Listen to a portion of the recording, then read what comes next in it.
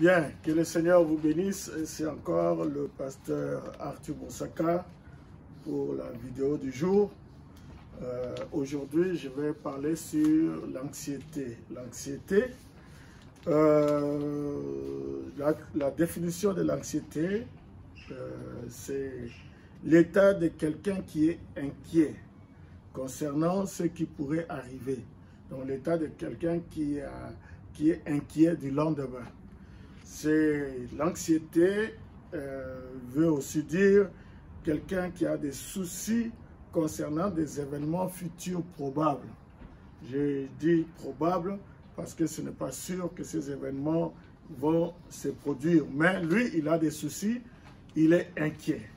Nous allons lire l'Écriture pour baser tout ce que je vais dire dans Luc au chapitre 21. C'est le grand maître du Seigneur Jésus qui parle ici.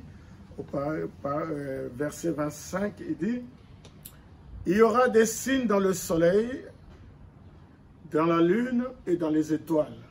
Et sur la terre, il y aura de l'angoisse chez les nations qui ne sauraient que faire au bruit de la mer et des flots. Les hommes rendant l'âme de terreur dans l'attente de ce qui surviendra pour la terre, car les puissances des cieux seront ébranlées. Alors, on verra le signe, on verra le Fils de l'homme venant sur une nuée avec puissance et une grande gloire. Quand ces choses commenceront à arriver, redressez-vous et levez vos têtes, parce que votre délivrance approche. Amen. Donc ici, nous voyons Jésus qui nous parle des signes du temps, de l'angoisse, de la terreur, des signes dans le ciel, le Fils de l'homme dans la nuée, et tous ces signes-là. Et il nous parle aussi des soucis de la vie, qui n'est rien d'autre que l'anxiété. Il nous parle des soucis de la vie. Et ça, ce sont des choses actuelles. Les effets psychologiques de l'anxiété sont les inquiétudes et les tensions nerveuses. Vous voyez, c'est ça. Alors, Frère Branham, il dit ici, dans question-réponse numéro 1, il dit, le paragraphe 266, qu'il a prêché en 64, il dit, si vous vous faites du souci, ça va ruiner votre santé. Et c'est ce que Satan veut faire. Si vous vous faites des soucis, les soucis vont ruiner votre santé. Amen. Donc, c'est la vérité.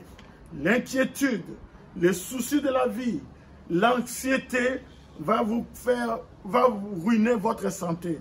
Ça va vous faire perdre du poids. Ça va provoquer l'ulcère. Ça va vous faire perdre le sommeil, etc., etc. Vous savez, ça va ruiner votre santé. Et les soucis vont vous faire perdre le sommeil. Laissez-moi toucher juste ce point-là pour aujourd'hui. Vous savez, l'être humain a 3 stades de sommeil. Il y a le moment où, premièrement, le moment où vous allez au lit, et en ce moment-là, vous passez votre temps à réfléchir sur des choses et tout ça. Et ça, c'est la première phase. Et la deuxième phase, vous tombez carrément dans les bras de Morphée et là, vous dormez. C'est ça qu'on appelle le sommeil réparateur. Et quand quelqu'un dort, le corps humain se répare. Donc, retenez bien ça. C'est quand on dort profondément, on dort, on fait un sommeil réparateur. Donc, on ne réfléchit plus, le corps humain se répare. Et enfin, il y a le stade de réveil. C'est à l'aube, on se réveille et ça se fait progressivement, vous savez, tout ça. Donc, voilà ces 3 stades. Maintenant, Frère Branham dit que la nuit est faite pour dormir. La nuit est faite pour dormir. Si tu ne dors pas, tu auras des conséquences dans ton corps. Si tu te fais des soucis et que les soucis perturbent ton sommeil, tu auras des conséquences. C'est pour ça que Jésus a dit, venez à moi vous tous qui êtes chargés et fatigués, et je vous donnerai du repos. L'être humain a besoin du repos. Tu as besoin du repos. Je vais terminer par ce témoignage d'une sœur. Je ne citerai pas son nom, mais elle-même, elle va se reconnaître. Il y a une sœur qui m'a appelé et ça faisait plusieurs jours qu'elle ne dormait pas. Elle ne dormait pas, elle avait des insomnies. Et à cause de cela, sa santé s'est dégradée. Suivez bien ça. Ça s'est dégradé. Elle est allée consulter un médecin. Elle a vu le médecin, mais c'était sans succès. Le médecin lui a prescrit des médicaments. Elle a pris, mais elle n'arrive toujours pas à dormir. Alors, elle m'a appelé et je lui ai dit ceci. Écoutez bien, je lui ai dit, ta crise est due au stress. Cela est dû à l'anxiété. Tu penses tellement à des gens qui sont décédés, des gens que tu connais, et d'autres personnes que nous entendons dans les médias, que tel est mort, et telle personne est morte, et il y a autant de gens qui meurent, et tout ça, et à cause du coronavirus, bien sûr, et tous ces malades qui sont atteints, que ça provoque en toi une crise d'angoisse, une crise de panique. Et à cause de cette crise de panique, c'est ça qui t'empêche de dormir. Quand je lui ai dit ça, elle m'a dit, c'est vrai, pasteur, c'est vrai. C'est ce que le médecin m'a dit. Le médecin m'a dit que c'est à cause du stress que je n'arrive pas à dormir. Je lui dis, effectivement. Et elle me dit, les médicaments ne me font rien. J'ai dit, effectivement, vous voyez.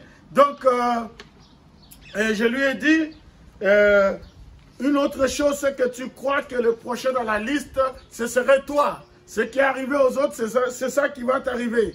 Mais je lui ai lu dans le psaume.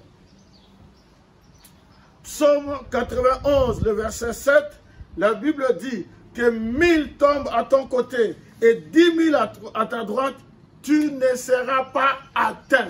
Amen. Donc toi, tu es la personne au milieu. 10 000 à ta gauche, 10 000 à ta droite. Même si on augmente le nombre de gens qui tombent à gauche, qui tombent à droite, toi tu es au milieu. Toi tu es celui qui ne sera pas atteint. Amen. Donc la personne qui ne sera pas atteinte, c'est toi. Je suis en train de te parler aujourd'hui par cette vidéo. Tu dois t'approprier de la parole de Dieu. Tu es un chrétien, tu es une chrétienne. Tu ne seras pas atteint.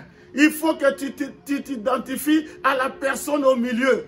Il ne faut pas que tu t'identifies à 10 000 qui tombent à gauche et 1000 à droite et tout ça. Non, toi tu es la personne qui ne sera pas atteinte. Il faut que tu me dises un amen. Donc je te dis, détends-toi. Aucun malheur ne t'arrivera. Aucun fléau ne s'approchera de ta tente. Si à un moment où nous devons croire à ce psaume 91, c'est bien maintenant. Si à un moment où nous devons croire en Dieu, c'est bien maintenant. Alors, tout ce que je peux te dire, c'est que détends-toi. Détends-toi, prends une tisane, calme-toi, fais confiance en Dieu. Tu n'as aucune raison d'avoir peur. Parce que si tu as peur, ça va ruiner ta santé. Je continuerai sur ce sujet demain. Que le Seigneur vous bénisse. Shalom.